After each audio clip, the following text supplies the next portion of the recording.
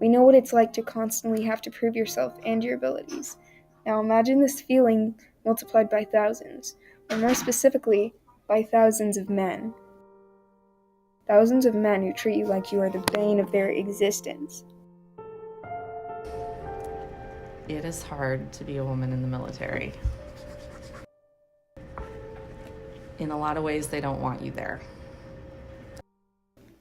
It was hard for Kim and all the other women. Most of them didn't sign up knowing that they were going to have to deal with all the hate and negativity directed toward them by men who believed they were superior. But they pushed through it. They were not going to let anyone or anything deter their commitment to our country. This is Tiara Jocks and Abigail Home.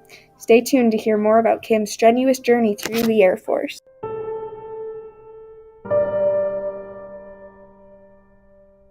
Our story begins in the small town of Grosse Pointe, Michigan, with a population of only 5,188. There lived a little girl who wanted nothing more than to be an astronaut. Ever since I was 2 years old, I wanted to be an astronaut.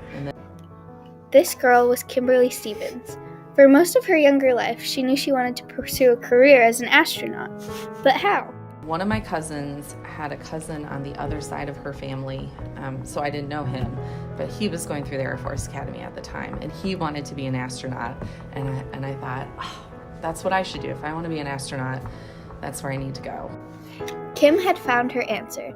She would finally get to live out her dream of flying. She was going to join the Air Force.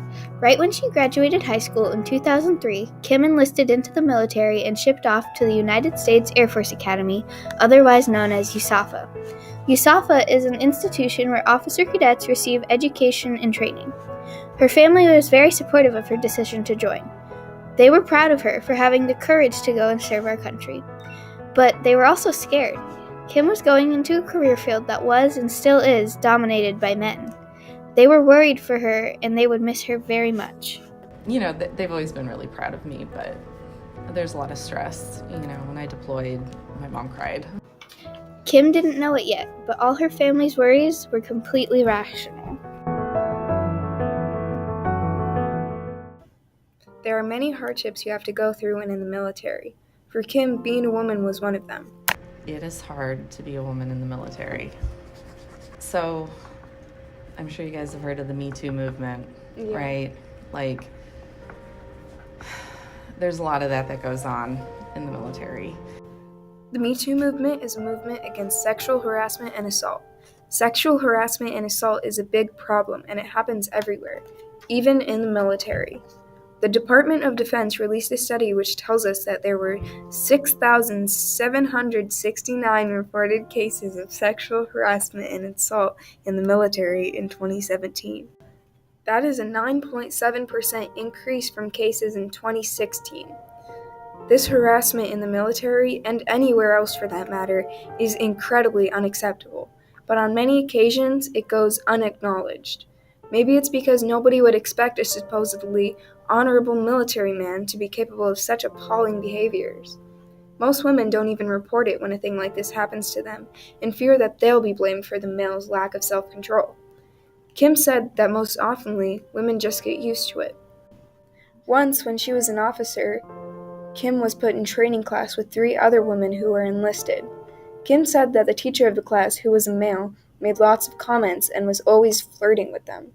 Kim tried to ignore it, as most women did. She says she wishes this was something she hadn't done.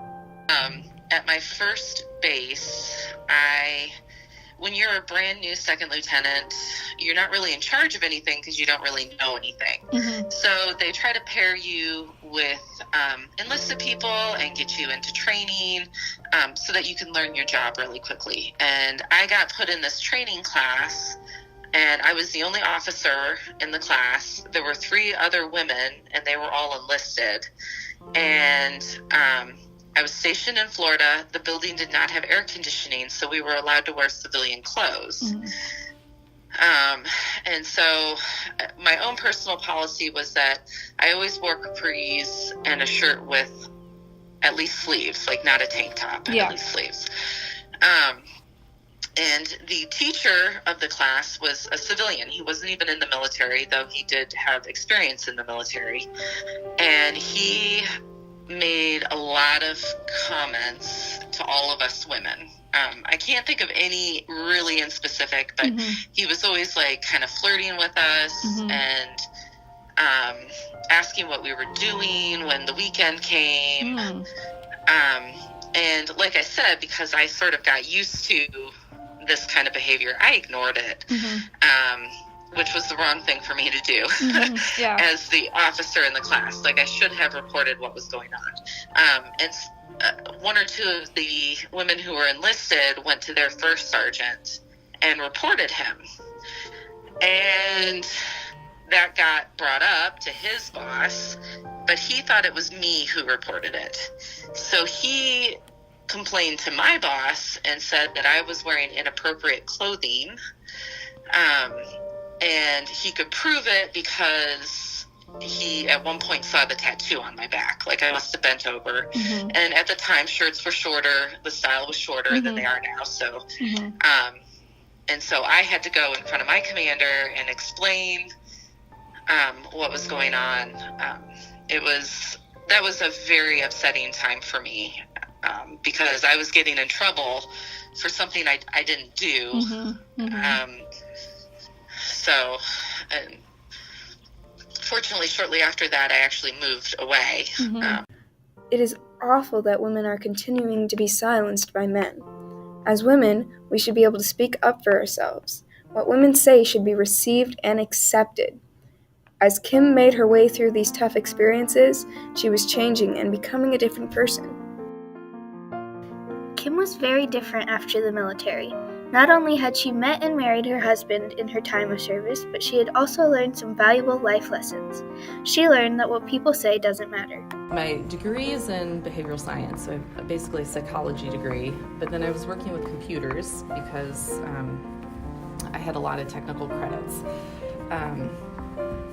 And then through that, I got put in charge of a contract. So I had to write this huge contract. I had no experience with it. And I was in charge of it, but also the lowest ranking member on the team. So that was very stressful for me. And I think if there was one thing I could change, it would be more like, I wish I could tell myself now that I'm older and have more life perspective, like, it doesn't matter what they think, don't let them bully you, you know. She learned that sometimes you just have to sacrifice perfect for good. When you try to make everything perfect, you miss out on other opportunities. Well, I was a real perfectionist in high school, sort of growing on what I just talked about. And probably the biggest thing I learned was to sacrifice perfection for good. That sounds like a bad thing, but when you focus entirely too much on getting everything just perfect, sometimes you miss out on other opportunities that come up.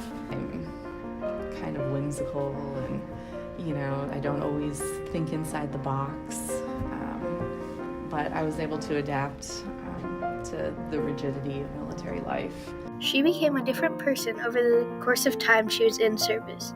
As we near the end of this podcast, it has become quite evident that Kimberly Stephens is truly an amazing woman.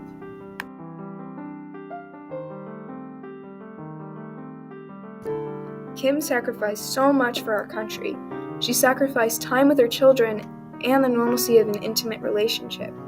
On some occasions, she even had to sacrifice pieces of her pride. Kim was so incredibly strong and courageous. We could all learn so much from her. This is Tiara Jocks and Abigail Holm. Thank you for tuning in.